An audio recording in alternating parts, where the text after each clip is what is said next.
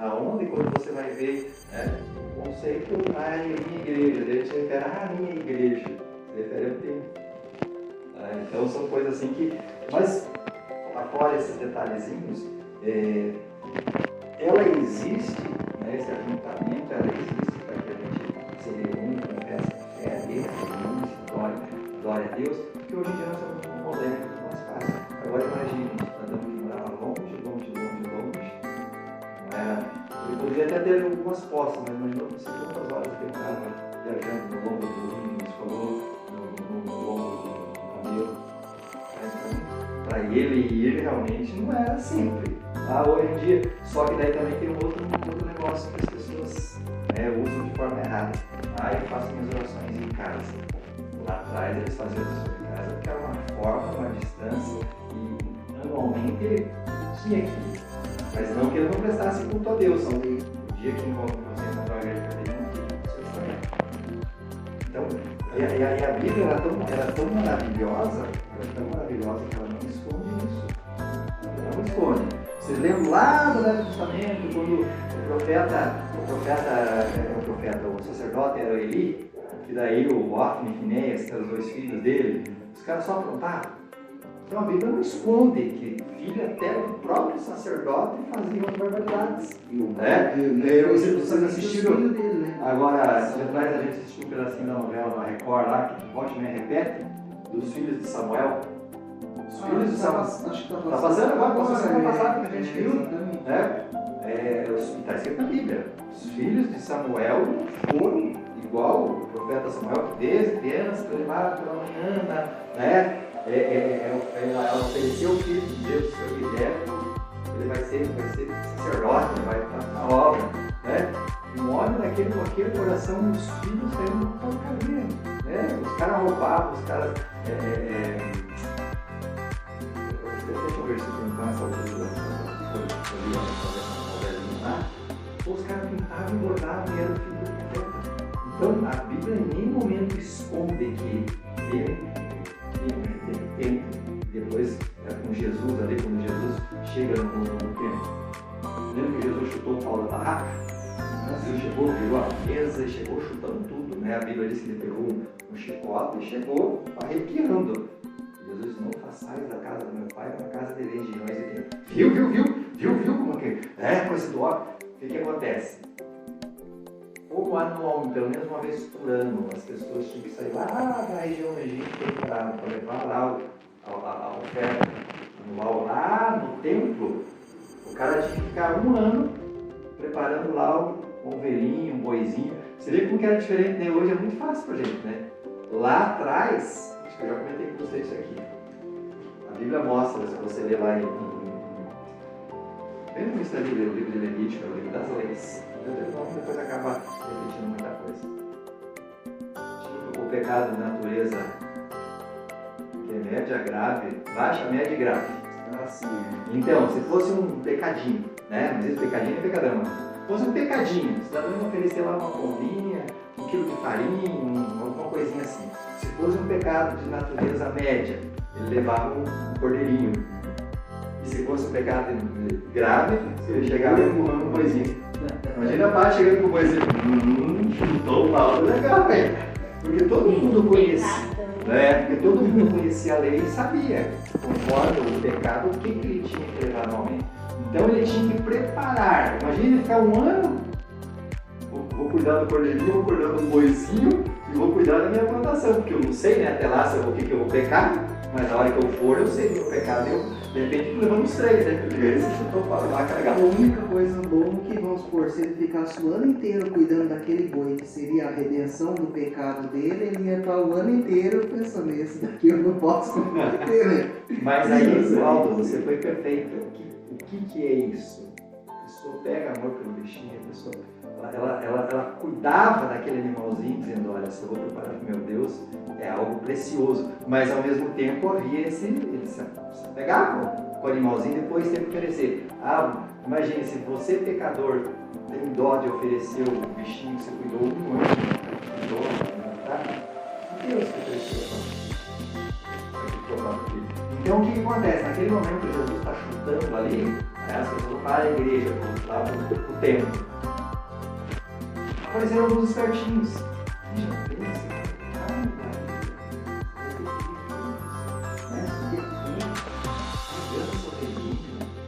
Vai chegar aqui já debilitadinha. Tanto cuidado que você teve da viagem. Não precisa mais. Nós temos aqui umas ovelhinhas ó, todas certificadas aqui pelo Inmetro. Tá tudo aqui, ó. O sacerdote já disse que essas aqui estão dentro do padrão para oferecer. Não precisa mais você fazer. Você chega aqui e tudo. Quer dizer, os caras acharam meio de burlar aquilo que Deus tinha colocado. Você preparar o animalzinho, você cuidar do animalzinho, você levar. Virou algo assim. Um dia lá eu vejo, né? Eu vou tentar lembrar o que eu fiz, eu chego lá, me dá um oizinho, me dá uma ovelhinha, me dá um quilo de farinha. Então, ele poderia ter o dinheiro para pagar o preço da compra, mas o preço de ter preparado o sacrifício ele não teve. Então, quando Jesus chega ali e chuta o pau da barraca, vira a mesa e tudo mais, era contra isso que ele estava sendo. Então, aí a gente olha para a igreja, né? Isso, só que, nossa, entreguei meu dízimo e até agora o ventilador continua quebrado. Tá, você entregou o teu dízimo, você contou para os outros entregaram? A igreja tem dinheiro, os membros estão participando e pegando dízimo para a igreja poder fazer a manutenção. Bem interessante. Então, assim, a igreja é um lugar onde a gente está para aprender, onde a gente está para se ensinar. É família. Você ensina o outro, você aprende com o outro, você se ajuda. Não, mas eu não vou ajudar, cada um por si, Deus que se dane. Pois é, famílias que são assim desse jeito também, que vivem nesse egoísmo. O que acontece na família dessa? Chega um momento que um vai para um lado, vai para o outro e cada um vive sua vida. Né? Na igreja a gente vai ter gente boa, vai ter gente ruim. Na família é a mesma coisa. Aqueles que a gente se dá muito bem, tem aqueles que a gente só vê no velório. Né? Deveria ser um negócio mais próximo. Aí a igreja, né?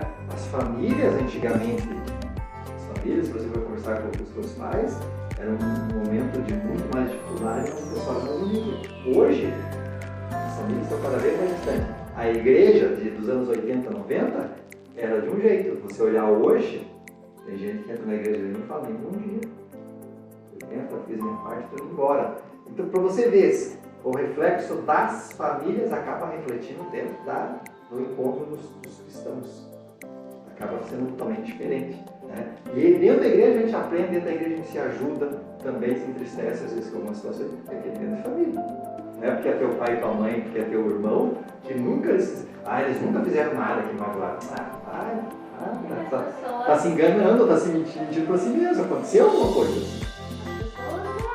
Tem um lado, todo mundo vai ter um lado bom e um lado ruim. Pode acontecer a pessoa se deslizar, errar, enfim, como seres humanos. E aí, Paty, na Bíblia tem um versículo que diz que o ferro com o ferro se afia. É no convívio que a gente se ajusta, que um ajuda o outro, um ajuda o outro a crescer. Você que trabalha lá como ferreiro, você precisa lixar um negócio lá, você pega um papel para lixar no cantinho da chave ali, fazer aquele ajuste final, não. Você pega um negócio ali com atrito. Tem gente que sai da igreja só por causa de coisas que a pessoa fez, ou falou, ou da forma que ela falou, ou às vezes o bispo, a pastora, enfim, se expressou de uma forma que tem gente que acaba saindo daí. E quando as pessoas dão desculpa, né? Desculpa. Ele falou engraçado, dentro da igreja, me magoei, me magoaram, não gostei, saí da igreja. Ele falou, e o mundo não acontece isso, as pessoas não magoam, as pessoas não machucam, por que a pessoa não sai do mundo? O cara ganha bem lá, alguém magoou ele no trabalho, ele não vai lá e pede as contas porque alguém magoou ele. Desculpa mais esfarrapada. Me magoaram na igreja, eu saí da igreja e virou as costas para Jesus. Olhar o que a gente ganha na igreja é um aprendizado, digamos assim, é um aprendizado para investimento para a nossa vida eterna, né? Esse é o maior valor que existe, né? Maior salário, né? E ninguém... Mas aí que vai do olhar que você olha, né? A França já falou uma vez isso, em algum momento alguém falou, e você pode me lembrar também. Tem o membro da igreja que é membro cliente e tem o membro que é o servo, né? É isso que você fala? O cliente ele chega aí, não tem papel, nossa, não tem nem ar-condicionado, nossa, essa criatura tá assim. Ele é um membro cliente da igreja, não é um membro servo. Ele quer tudo perfeito. Ele quer tudo bonitinho, porque já deu o dízimo dele, então ele acha que ele tem direito a isso. Gente, a igreja não é isso. Esse pensamento de igreja, por isso que eu saí parte da minha igreja. Agora, o dinheiro que eu gastava lá, agora eu dou para a associação tal, dou. Gente, a Bíblia não, a Bíblia diz para você entregar o dízimo na casa de Deus. O que eles vão fazer com o dinheiro é problema deles, não meu. Esse membro aí tá quase mais para membro gerente. E daí ele tá faltando isso, aquilo outro, tem que comprar, mas o dinheiro não é dele, é do patrão. Então a gente vê que aí as pessoas, eu não preciso de igreja. Pois é. Depois que o bicho pega e arrebenta a pessoa, a pessoa acha, porque veja bem, a igreja, por mais que eu esteja pecando, eu tenho que reconhecer que eu sou pecador, que eu sou falho, eu também poderia contribuir mais. Mas por causa da Bate, eu estava lá, a Bate ficou me medindo, com os pés na cabeça lá, e eu estou pra igreja também, que está me olhando, você também não vou mais. Sabe? A pessoa não está indo por causa de Deus, né? Não, o que você estava olhando pro lado também? Se você estivesse olhando agora, né? Se a pessoa está medindo, ela estava olhando também, né? Se eu estivesse olhando pro púlpito, adorando a Deus, eu ia ver que você estava me medindo assim, com os pés na cabeça. Mas eu fui já numa igreja assim, que eu estava lá e tal, meu mãe orando, não sei o quê, e as irmãs de trás cochichando e falando, nossa, viu essa irmãzinha aqui da frente? Acho que não é daqui. Nossa, viu? Que comunhei cavachê que saia feia. Meu Deus. Gente, pessoas que tá na igreja, que tá anos na igreja, então assim Mas aí você veja, né? Tem uma visita, no meu caso era visitante, né? Mas daí não volta mais. Aí veja só, todos nós temos os nossos erros, coisas que precisam ser dadas.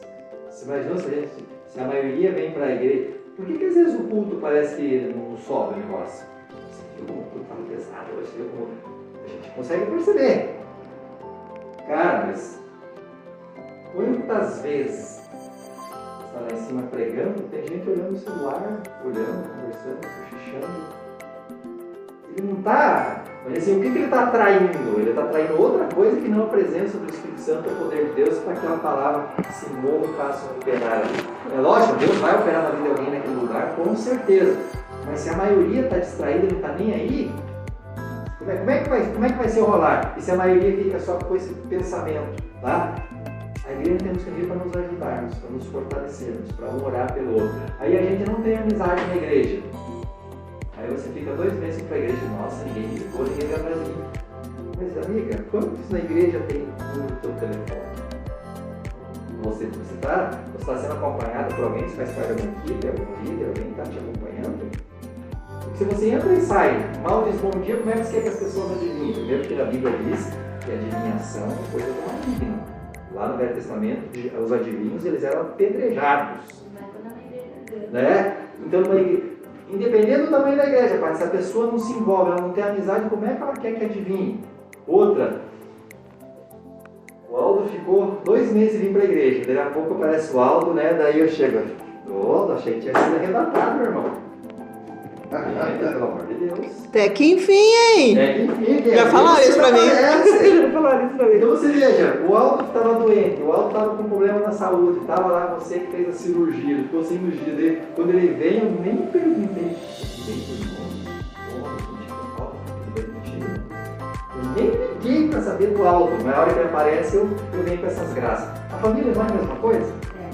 Que às vezes você envia o parente, ou você não foi porque estragou o carro.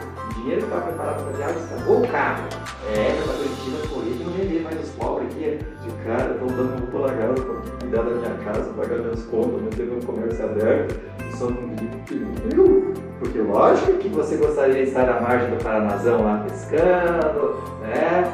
Fazendo, curtindo, comendo a comidinha da mãe. É lógico. Mas quando a gente vem na igreja como um clube e não como realmente um corpo, acaba acontecendo essas falas, essas situações. As pessoas julgarem, né, ou se sentirem julgadas, né? O bispo, o pastor sempre chama alto. Cara, mas você é o que sempre está do lado dele, você é o que sempre está disposto, você é o que se propõe a ajudar. Eu estou de longe esperando que ele venha me chamar e nunca me expus para ajudar. Daí eu fico achando que você puxa saco do pastor disso. Nós, Não tem razão de você trabalhar, né? Você trabalhar fora, você sabe. Tem lá 10, 3, 4 que realmente abraçam.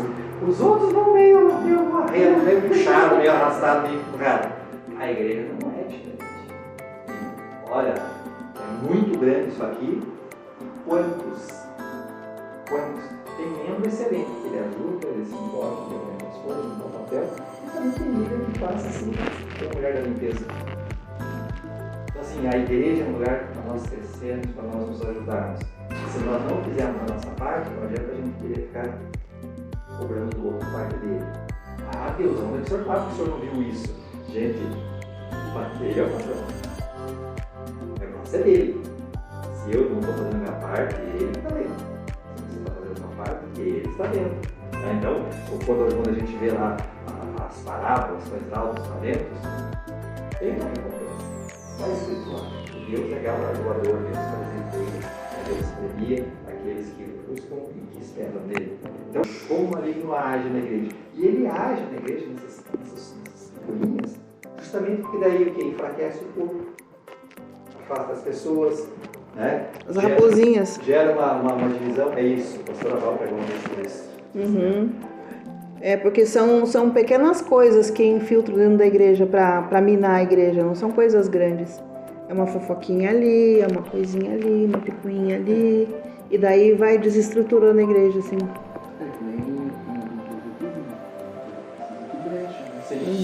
brecha, o que é? A brecha não é uma janela aberta, Água não entra numa parede dessa aqui de alvenaria. Se começar a infiltrar água, daqui a pouco está espalhando. Nossa, que porcaria é isso? Não é que porcaria que entendeu? É cupinzinho, né? É isso. É o cupinzinho que vai comendo. A igreja é um lugar de pessoas, no caso você falou, né? De pessoas doentes, Sim. pessoas que estão aqui para se curar, se tratar. Então as pessoas vão errar em algum momento.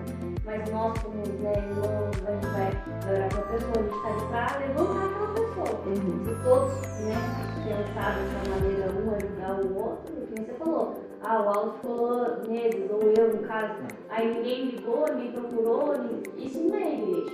Isso não é ser igreja. Porque as pessoas pensam assim, né? Não vou nem incomodar. Gente, essa coisa de incomodar, a gente deixa de ajudar na hora que precisa. Ou você precisa de ajuda, não vou incomodar ninguém. Alguém do outro lado está esperando e daí fica essa do... Sabe aquele ditado que diz que cachorro tem muito dono, morre de fome e sede? Que um acha que já deu, não acho que o Valdo já deu, não acho que a Paty já deu, acho que não vou dar, acho que o bicho morre de fome. Né? Não. Quando a gente entende essa irmandade, essa aliança que nós temos em Cristo, que todos estão com o mesmo objetivo, é diferente. É diferente.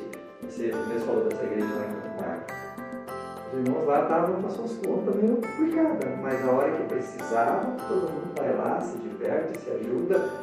Isso está cada vez menos. E para receber, então, a pessoa que Sim. tinha que pagar um TV, enfim. Então, A gente ganhou o Ricardo assim, né? É. A gente tem um irmão lá que ele era kardecista, né? E bem inteligentíssimo, difícil de pregar pra ele. E a gente ganhou ele assim, que teve um vendaval lá em Araucária e caiu uma árvore em cima da casa dele. Aí o pessoal fez um mutirão pra ajudar ele. E é assim que a gente começou a se aproximar dele. Por causa que os irmãos fizeram um mutirão pra ajudar ele. Diz que teve muitas Ele pessoas é bem gordão, então não tinha. E a É casa o que a igreja aqui também fez lá no Rio Grande do Sul, né? Também. Nossa, deu uma casa nova lá. Então você imagina se cada um perto de parceiro de Deus. Vai ter a festa das crianças. Gente, imaginou? Eu já dei meu dízimo. Então o meu dízimo dá para comprar aí 100 pacotes de pipoca. Né? Mas o dízimo não é para isso. Vai ter um evento, é lógico, se os irmãos vão ofertar e tudo mais, vai ter que sair do dinheiro, né? Dos dízimos de oferta para poder comprar e fazer a festa das crianças.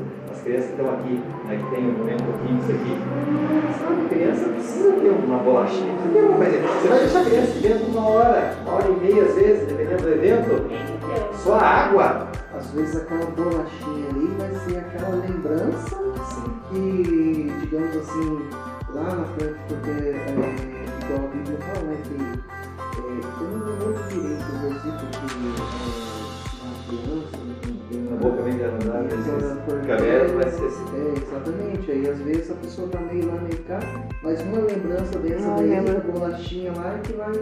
Ela lembra que foi especial a salinha. A minha lembrança que eu tenho quando meu pai me levava quando eu era criança é das massinhas, que ela fazia massinha com comia. Você comia as massinhas? Era massinha, eu não lembro o nome daquelas massinhas que fazia com suco. Massa de modelar, né? Essa que era pra gente fazer lá, as coisas lá. E assim, gente, nesses poucos dias que a gente tem de fé cristã, as pessoas que deram mais ouvidos às conversas de corredor, as pessoas do mundo que ficavam dizendo, esse negócio da igreja aí é perdido, os pastores só querem saber ganhar dinheiro com as costas. Se essa é a intenção do pastor, é ele que vai prestar conta, não sou eu. Romano, eu gosto muito de Romanos 14, 12. Cada um estará conta de si mesmo, meu Deus. Cada um. Eu não vou pagar pelo teu, ele não você pelo meu. Né? Então, se a gente começa a dar ouvidos mais para os irmãos que gostam de ficar, ou de alguém que gosta de ficar falando mal das igrejas, é lógico que não vai para a igreja. Enfim, daí isso começou a é mesmo, Paty, eu não tinha visto isso, não tinha nada. Vou começar a olhar. Aí você começa a olhar, você começa a enxergar. Aqui, nós entramos e saímos da igreja. Agora, se eu começo a olhar quem sujeira no canto ali. Nossa, se eu passo direto, não estou. Aquilo ali, aquele comentário ali que o outro fez pra você vai passar a olhar, aquele comentário foi uma semente que o outro lançou. Aí você vai passar a olhar, você vai fazer isso. Aí você vai se contaminando, vai multiplicar ainda. Vai multiplicar ainda. Um veneninho. Daquilo ali, né? Então a gente precisa ter cuidado, porque veja bem, na igreja nós somos chamados para servirmos uns aos outros, para fazermos a obra, para servir. E outra, não é porque eu faço alguma coisa que eu sou santo ou melhor que alguém. De repente eu tenho mais disponibilidade, de repente você até gostaria, mas não dá para o teu trabalho. Então a gente não pode, eu estou cansado, só eu, os outros não. O problema dos outros. Eu não sei a tua vida, não sei o teu horário. Eu te conheço na igreja, conheço a célula, onde você mora, você sabe onde nós moramos. Mas eu não posso, né? Que nem aconteceu quinta-feira lá, né? Toda quinta eu vou salada, todas as quintas-feiras que a gente fez foi a primeira que você teve que sair correndo fazendo socorro. E aí? É muito fácil julgar, né? De tantas contas, porque já tá, a célula lá já está quase um ano já, né? Quase um ano. E foi a primeira vez que você precisou sair para ser. Que legal. Engraçado, eu já saí depois. Pois é. E nunca no horário. Então, se a gente não se conhece direito, não conhece a vida do outro, não dá pra gente ficar julgando. Todo mundo precisa ser tratado. É uma oportunidade de servir, é uma oportunidade de a gente crescer, como você bem colocou. O que a gente aprende ali é para a vida, para melhorar a nossa vida terrena, e é material para a nossa vida espiritual e eterna. Já aparece, infelizmente, né, no censo aí, né, não sei quantos por cento de desigrejados. Eu já falei para vocês, eu aceitei Jesus no dia 27 de junho de 92. Eu tenho alguns motivos para não estar dentro de uma igreja. De tanta coisa dentro da igreja. Mas Jesus fez a culpa. Eram pessoas como eu, que falharam comigo, como eu tenho falhas, mas eu não deixei. Não deixei porque o Jesus que eu aceitei lá um dia, lá diante do altar, ele não me prometeu que ia ficar num lugar perfeito, de gente perfeita, num lugar maravilhoso. Não, tem sim, nós somos vizinhos, já não sei muita coisa. Mas, gente, a vida que segue. Eu não vou deixar de servir o meu Deus, assim como aprendi desde criança com meus pais, lá na igreja católica, morando parte de igreja. Então, trabalhar na igreja para mim não é depois que eu dei puxar saco do pastor. Eu venho desde criancinha, de 3, 4 anos, a gente ajudava a limpar a igreja e tudo mais. E cresci sim, até a gente pouco me converter. Então, eu já aprendi isso com meus pais de servir na igreja. E meus pais, independente dos problemas que hoje estão, sempre ajudaram na igreja. E aí? Eu vou levar o exemplo bom do meu pai e da minha mãe, que nunca largaram, que sempre ajudaram, ou eu vou, já não gostei do que o Álvaro comentou lá, que minha decoração não ficou bonita, por que não fez? Eu não vou fazer mais. Mas eu tenho opção. De repente, para você não gostou, mas de repente a parte, que gosto. Ué, como é que ele tá olhando, tá achando que tem outro olhando? O gosto é aquele nariz, cada um tem um resultado, né? Então, vamos fazer a nossa parte contra o corpo de Cristo, vamos fazer a nossa parte contra cristãos, cada um vai prestar conta de si mesmo. O que eu posso fazer para ajudar? Para empurrar para baixo, para criticar, para condenar? Já tem as pessoas no mundo, dentro da igreja não precisa os próprios crentes ficarem sendo instrumentos do maligno dentro da igreja. Já tem um mundo aí, ó. Na internet tem um monte de coisa. Só que ninguém vê a prostituta que foi resgatada, a família que foi restaurada, o cara das drogas que foi alcançado e vida. Isso é o que não mostra. Isso é a Globo não mostra, como diz, né? Então, no que depender de nós, a vida que depende de nós, a gente faz com todos. Então, no que depender de nós, vamos ajudar, vamos fazer de tudo para melhorar. Chegou gente lá que está meio sozinho, vamos abraçar. Alguém que a gente já conhece também, postou no cantinho, vamos chegar, vamos ver se está tudo bem. Né? Mesmo que não seja da mesma equipe, porque a gente não pode separar assim, a gente é uma igreja só, né? Abraçar a pessoa da outra equipe não quer dizer que vai puxar ela para nossa. A gente às vezes tem afinidade com gente que é de outra, não tem por que não abraçar, né? Eu vou chegar lá, você está em amor para dar suporte. Uma coisa agora, você está indo com a intenção de derrubar o irmão da outra equipe. Você tem consciência de que você não está indo para puxar para a tua equipe, é só porque você quer ser simpática com a pessoa, né? E crescer e se unir. Que nem eu sempre falo,